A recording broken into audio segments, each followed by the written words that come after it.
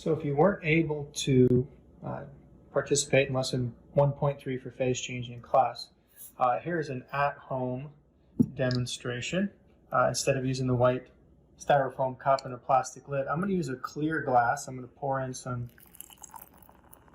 hot water, and then I'm going to cover it with clear plastic cling wrap. And your job then is to observe any phase changes. So this is going to take a few minutes, so we'll just let it sit. And in class they give you a hand lens. I'm going to use my phone's ability to zoom in or telescope in.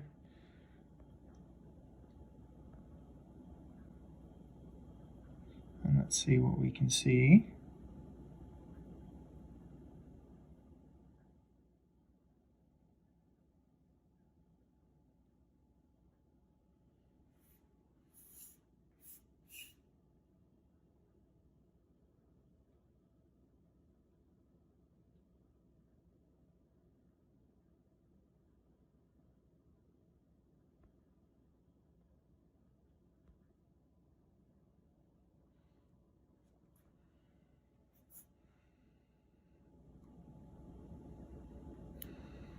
Okay, so based on your observations, you can then answer the questions.